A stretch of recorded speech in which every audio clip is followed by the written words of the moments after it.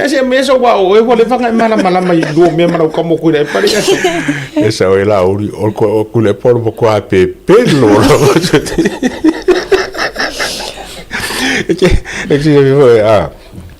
esa o ia Kuilaepa le kula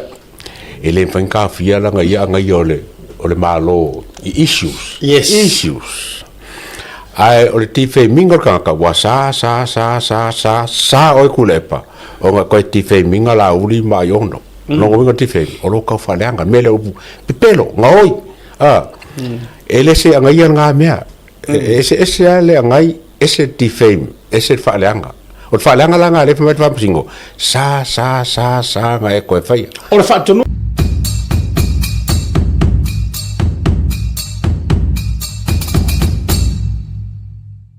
Kuilaepa defends speaking out as defamation case delayed until Monday. This is my duty.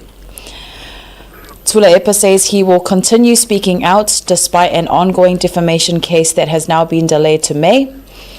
The matter was heard in the district court last week, where prosecutors requested more time to finalize their charges. No plea has been entered, and the case is now expected to return to court in early May.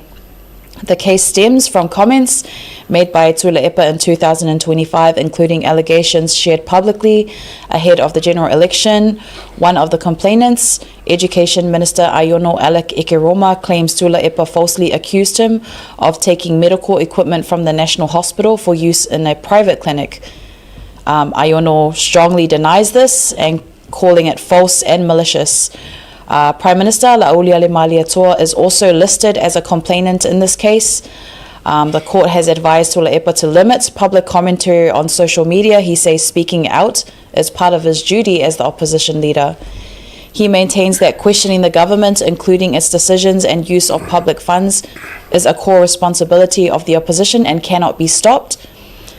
Kuilaepa has also indicated he is preparing counterclaims once charges are confirmed, and has questioned whether there is sufficient evidence to support the case against him. Wa manino le fa manino nga mai a Kuilaepa sa au fai tau fo ina o sia mai fa longo na o sia mai stasi lana fa tal no nga le pi oto mai sa i sa no le va nga tonu le atau ia ja wa fo se tu fo ringa mai o la te ele unga ile tau finga la wa mai o le isi la vaenga na pe tau luang ia la ta fa longo o le fa pe mai o Kuilaepa e le o se fa tonunga la na mai ia o le fautuanga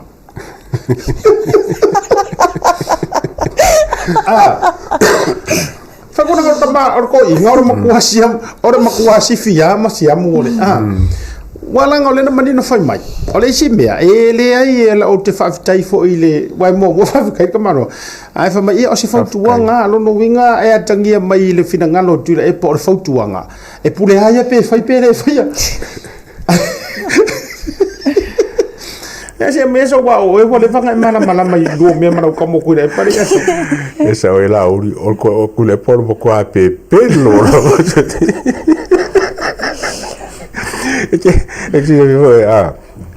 esa o ia Kuilaepa le kula ele fanka fia la ia ngai ole malo issues ai ole tife mingo ka wa sa o Kuilaepa o nga ko tife minga la AULI ma yono no ngo tife o lo ka fa langa mele o PEPELO ngoi ele se ngai nga mea ese ale ngai ese tife ese fa langa o fa langa le fa singo sa ngai ko fa o le fa tonunga o fa konga o ele se fautuanga o fa konga o fa konga ai fa ia e ke la ve ai e ke la ve ai pa fa ia fa kai langa fa ia le mere a me foi que foi ia asiaka o la e fon ko au fa sa ia bu fon ko fa me a fo ia i sui ta ia before per foi lo au per foi ia awole ve fai lo kusi ia di mongi mo aki de nga mo ia pe ku ia di mongi e va venga lo kasko ia la nga foi la wa lo fa sa di mongi mo banga au ia la va ia wa sa na toe tau whaaleanga a ngai i le miniska o ngamat palemia. And I think that's what this article fails to do is break that down. You know, you're not allowed to defame you, but you can do your job, you know, to hold the government to account. So it's a bit confusing when articles are written this way because they're making it sound like the law is against him, that he can't do his job properly because of this case. But I'm glad you were able to break that down for us. Ole fatonunga yala na au mai e fito itonu a ile mata upu lena aveia fa msingonga pe a ku sesi ku fa fengo fie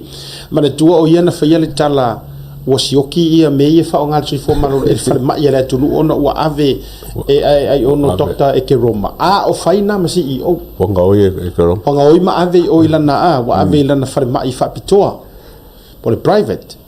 ele se ngai lan me ngari ele se ngai o fai karfa aku o lo fai tala fa tupu tau fa leanga nga ka fa le iyo o lo fa wa fo I la fo I te no fo la lau le pepelo mana tua mai wa uma u cases fo I pe a fai o ngai ke referring ai le ngongu o e referring o malava isi mau me te refer ia tala ela la we pepelo pa le mia po la au de mali to o na manatu ai I fofonga o fa masingonga ma mea sa e aru ave ele se fa ma nginga nga mea so ole fo ila wa ave oi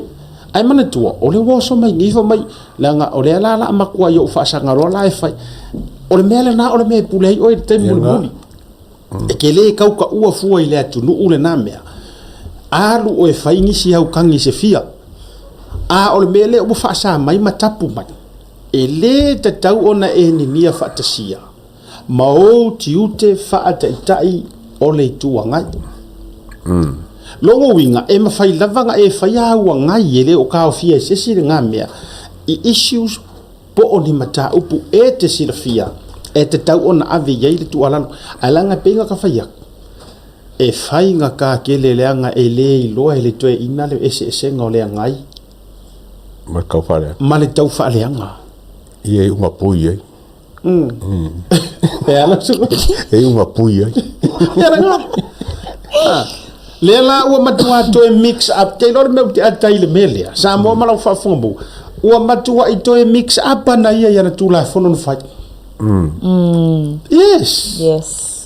langa criminal libel law lea ua matua I koe confused I lava na ia Exactly. Yes. Kwa sa fa ia kula fongo ngai longo ngao. Mai. Now he gets a taste of his own medicine because yes, exactly. He should have thought of the how hard it would be for ministers to do their work when introducing the criminal libel law, but now he gets to sit in that chair and experience it. Lela wala vela veai. O matu wale loa po le hala le o te o fai mai. Ona o I o le tai o le tu. Le ai le ko e peke kai fo sei kua ngai no o tala le fatu le nga tuila e pa mo le lautele e pe te tai o le tu ngai e le avatua ia o le faatangana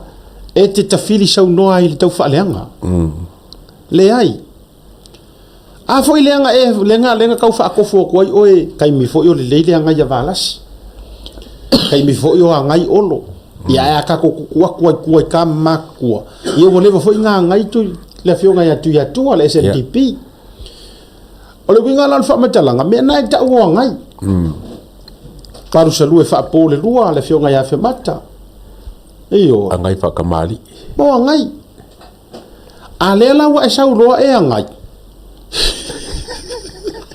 ole lio ngare be ole wo so mai le la o pe ole la vela verga pe ole la vela verga ka ile mai lei fo ile ale la wala vela vela con baile alo fo bai no ele se ngai oye ele se faleanga ole ngai ni mere